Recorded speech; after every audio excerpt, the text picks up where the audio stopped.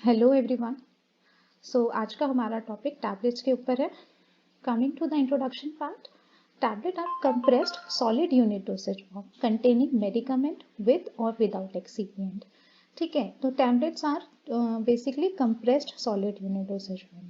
Solid unit dosage form से मेरा मतलब है, एक तो ये सॉलिड नेचर के होते हैं, दूसरा यूनिट डोसेज फॉर्म से मेरा मतलब है कि हम एक टाइम पे एक कैलकुलेटेड अमाउंट मेडिकामेंट दे रहे हैं पेशेंट को। ठीक है, a single dose is administered to a patient at a particular time. ठीक है, that defines a unit dosage form. तो टैबलेट क्या होते हैं? Unit dosage form. ठीक है, विच कंटेन्स मेडिकामेंट विद और विदाउट एक्सीपिएंट। ठीक है, तो टैबलेट्स में एक्सीपिएंट भी हो सकते हैं, नहीं भी हो सकते हैं। ठीक है, और ये कंप्रेशन के द्वारा बनाई जाती है। उसके बाद pharmaceutical tablets are solid, flat और बाइकॉन्वेक्स डिशेस। ये इनकी शेप्स हैं। ठीक है ना, तो ये सॉलिड तो होती है, प्लस फ्लैट या बाइकॉन्वेक्स शेप में हो सकती है। यूनिट डोसेज फॉर्म होती है, जो हमने ऑलरेडी डिस्कस कर लिया है। उसके बाद prepare by compressing a drug और a mixture of drug with और विदाउट डाइल्यूएंट्स। ठीक है, दे वेरी इन शेप। ठीक है, डिफरेंट शेप्स की हो सकती हैं, सिलेंड्रिकल शेप की हो सकती हैं, सर्कुलर शेप की हो सकती है। ठीक है, तो इनकी शेप जो होती है वो डिफरेंट हो सकती है। उसके बाद इनका जो साइज है और जो वेट है वो भी डिफर कर सकता है, depending upon the amount of medicinal substance and intended mode of administration. ठीक है, तो इनके एडवांटेजेस क्या क्या हो सकते हैं? तो पहला है ग्रेट डोज प्रिसीजन। ठीक है, जैसे हमने बोला कि these are unit dosage form, तो इन दिस जो हम दवाई जो दे रहे हैं, जो मेडिकामेंट दे रहे हैं, that is of calculated amount. ठीक है, तो यहाँ पे जो डोज प्रिसीजन जो होता है वो बहुत अच्छा होता है। उसके बाद cost is lowest of all oral dosage form drugs. ठीक है, जितनी भी हम दवाइयाँ लेते हैं मार्केट में, जो भी फॉर्मुलेशन है, चाहे मैं सिरप ले लूँ, कैप्सूल ले लूँ, ठीक है, जो भी ओरल फॉर्म, या फिर मैं दूसरे डोसेज फॉर्म की भी अगर बात करूँ, तो टैबलेट्स जो है उनमें सबसे सस्ता डोसेज फॉर्म माना जाता है। ठीक है, माना क्या जाता है, मतलब सस्ता ही है। उसके बाद लाइटर एंड कॉम्पैक्ट। ठीक है, बहुत ही हल्का होता है, कॉम्पैक्ट फॉर्म में होता है, तो इजीली हम इसको एक जगह से दूसरी जगह ट्रांसपोर्ट कर सकते हैं। ठीक है, उसके बाद सस्टेन रिलीज प्रोडक्ट्स भी हम इजीली बना सकते हैं बाय यूजिंग वेरियस टेक्निक।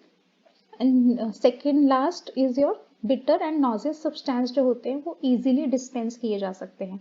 मतलब जो भी ऐसी दवाइयाँ जिनका टेस्ट या स्मेल बहुत ही ज़्यादा खराब है, हम उनको मास्क कर सकते हैं बाय सूटेबल कोटिंग। ठीक है, तो ये एक एडवांटेज हो गया। उसके बाद ये जो डोसेज फॉर्म है, since they are solid dosage form, तो एक स्टेबिलिटी प्रोवाइड करती हैं मेडिकामेंट को, तो these are quite stable dosage form.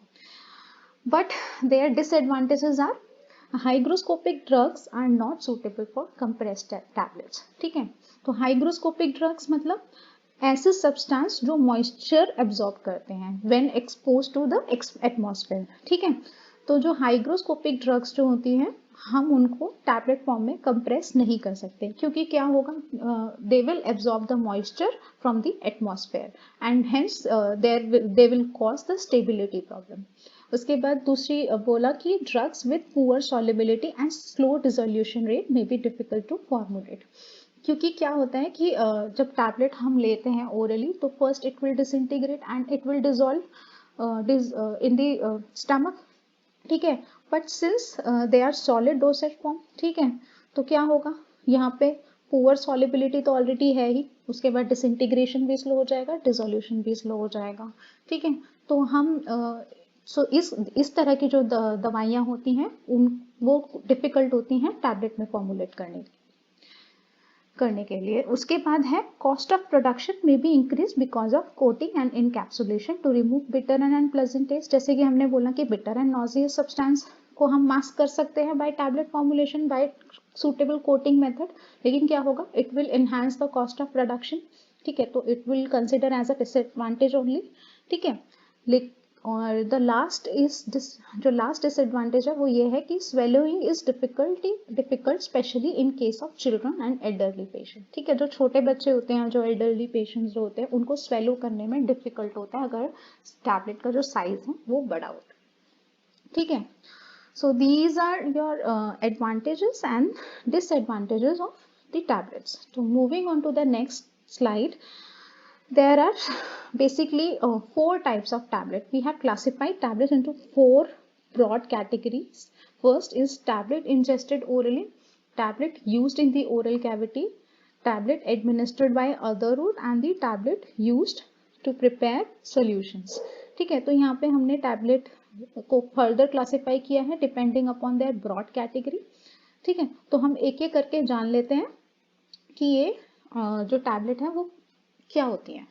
ठीक है, so first coming to the tablet ingested orally, in this compressed tablets, these are uncoated tablet made by compression of granules. ठीक है, तो ये टोटली अनकोटेड टैबलेट होती हैं जो कंप्रेशन मेथड से बनाई जाती हैं. ठीक है, इनका जो डिसइंटीग्रेशन होता है वो बहुत फास्ट होता है एंड ड्रग रिलीज भी बहुत फास्ट होता है. तो जैसे नॉर्मल पैरासीटामोल की टैबलेट्स अगर आपने देखी हो तो these are simple compressed tablets.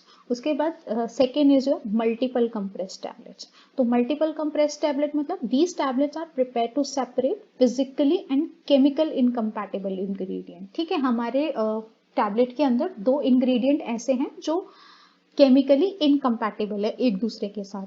ठीक है, लेकिन मैं उन दोनों को एक साथ ही एक टैबलेट में देना चाहती हूँ, तो उस केस में I will use multiple compression technique.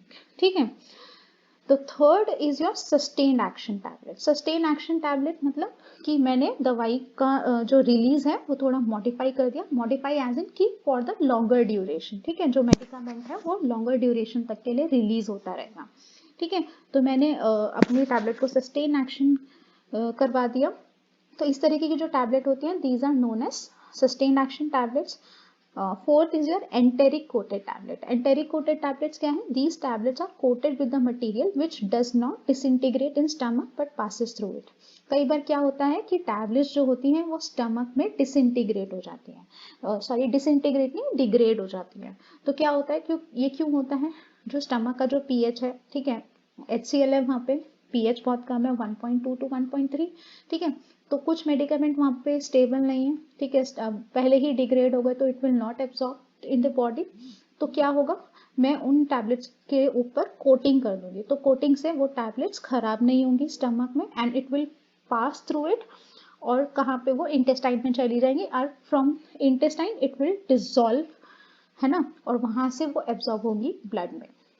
ठीक है, तो इस तरह की जो टैबलेट होती हैं those are enteric coated tablets.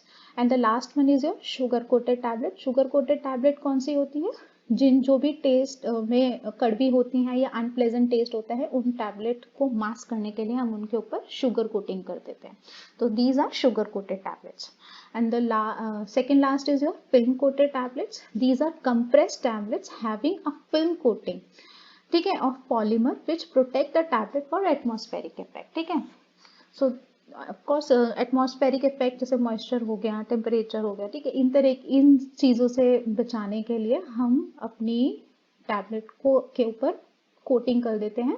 So these tablets are known as film coated tablets. And chewable tablets जो मुंह में रख के हम इजीली च्यू कर सकते हैं. ठीक है, तो इस तरह की जो टैबलेट्स होती हैं उनका डिसइंटीग्रेशन टाइम जो होता है वो बहुत ही कम होता है और रेट ऑफ एब्जॉर्प्शन भी बढ़ जाता है. So next is your oral cavity tablet. Oral cavity tablet मतलब कि ऐसी टैबलेट जो सिर्फ और सिर्फ हम माउथ की कैविटी में रखते हैं, ओरल कैविटी में रखते हैं. तो these are categorized in 4 categories. First is your buccal tablets, sublingual tablets, lozenges and the dental cones. तो पहले हम बात कर लेते हैं buccal tablet की. Buccal tablets, these are placed in buccal pouch or between the gum and the lip or cheek. ठीक है, तो गाल के अंदर का जो पार्ट होता है, ठीक है, गम के बीच में और गाल के बीच में जो अंदर का पार्ट होता है, जो हमारी बक्कल कैविटी होती है, वहाँ पे ये टैबलेट प्लेस की जाती हैं और वहाँ से ये टैबलेट धीरे धीरे डिसॉल्व होना चालू होती हैं, डिसइंटीग्रेट होती हैं और फिर डायरेक्टली ब्लड स्ट्रीम में एब्जॉर्ब हो जाती हैं. ठीक है, उसके बाद जो सबलिंगुअल टैबलेट्स होती हैं, these tablet are to be placed under tongue, जीभ के अंदर रखी जाती हैं और ये वहां से डिसइंटीग्रेट और डिसॉल्व होने के बाद एब्जॉर्ब होती हैं इनटू द ब्लड स्ट्रीम. ठीक है, इनका जो बेनिफिट होता है, it avoid the first pass metabolism, क्योंकि इस तरह की जो टैबलेट होती हैं वो जीआईटी से पास नहीं होती हैं, तो ये फर्स्ट पास मेटाबॉलिज्म को अवॉइड करती हैं. उसके बाद लोजेंजेस है. Lozenges these are kind of a hard tablet. अगर आपने मार्केट में विक्स की गोली देखी होगी, है ना, तो क्या होता है, वो लोजेंजेस होते हैं। तो the what they do is कि ये it exert a local effect in mouth और थ्रोट, ठीक है। तो these tablets are usually used in the treatment of sore throat and control coughing. And the last is your dental cones. Dental cones क्या काम करते हैं, ठीक है। These are relatively minor tablet meant for placing them into the empty socket after tooth extraction, ठीक है। तो इनका काम क्या होगा, एंटीबैक्टीरियल एजेंट की तरह काम करेंगे या एनाल्जेसिक की तरह काम करेंगे। Basically it acts as an antibacterial compound which prevent the growth of bacteria. So moving on to the next slide, we have tablet administered by other roots. तो other roots कौन कौन से हैं, implantation and the vaginal tablets. तो implantation tablets क्या होती हैं, these are the tablet which are placed below the skin or inserted subcutaneously by the means of minor surgical operation, ठीक है। और उसके बाद वो वहाँ से slowly absorb होना चालू होती है। Since they are placed under the skin, ठीक है, ऑपरेशन के द्वारा इंसर्ट की जा रही हैं, तो they should be sterile in nature, ठीक है। और कैसे प्रिपेयर की जाती हैं, by the heavy compression and fusion method के द्वारा। उसके बाद वेजाइनल टैबलेट्स हैं, ठीक है। तो vaginal tablets these are meant for insertion into the vaginal cavity, वहाँ पे ये इंसर्ट की जाती हैं, ठीक है। और इनकी शेप ओवॉइड या पियर शेप ही होती है। तो इस तरह की जो शेप होती हैं वो इजी इंसर्शन हमको देती है, ठीक है। तो इस तरह की टैबलेट्स बेसिकली कौन कौन से मेडिकामेंट देती हैं, स्टेरॉइड्स होते हैं या तो उनमें एंटीबैक्टीरियल एजेंट्स होते हैं या एंटीसेप्टिक होते हैं जो इन्फेक्शन को प्रिवेंट करते हैं, ठीक है। So and the last category is your tablet use to prepare solution. तो इसमें 4 कैटेगरीज आती है। First effervescent tablets, dispensing tablet, hypodermic tablet and the tablet ट्रिचुरेट।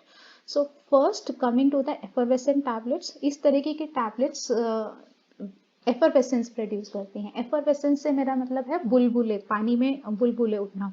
कभी आपने मार्केट में देखा होगा जो इनो आता है, इनो पाउडर होता है, लेकिन इनो को जब आप पानी में डालते हैं तो झाग बन जाता है, ठीक है ना, बुलबुले उठने लग जाते हैं।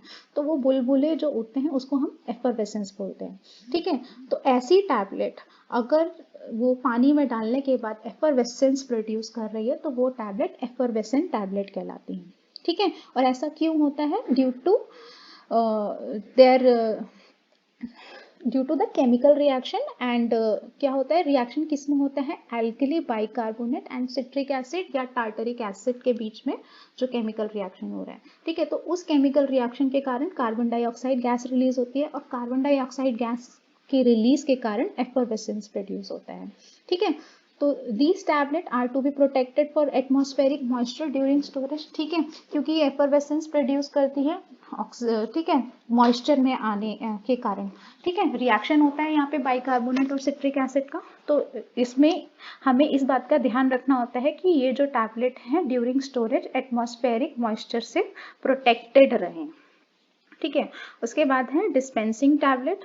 These are intended to be added in a given volume of water. एक स्पेसिफिक वॉल्यूम लेते हैं हम वाटर का, उसके बाद हम इनका सॉल्यूशन बनाते हैं ऑफ अ गिवन कॉन्सेंट्रेशन। तो इस तरह की जो टैबलेट होती हैं उसमें बहुत ही जो टॉक्सिक मेडिकामेंट्स होते हैं उसके लिए हम इस तरह की टैबलेट्स बनाते हैं। And the third category is your hypodermic tablet. These are the compressed tablet which are composed of one or more drug, ठीक है।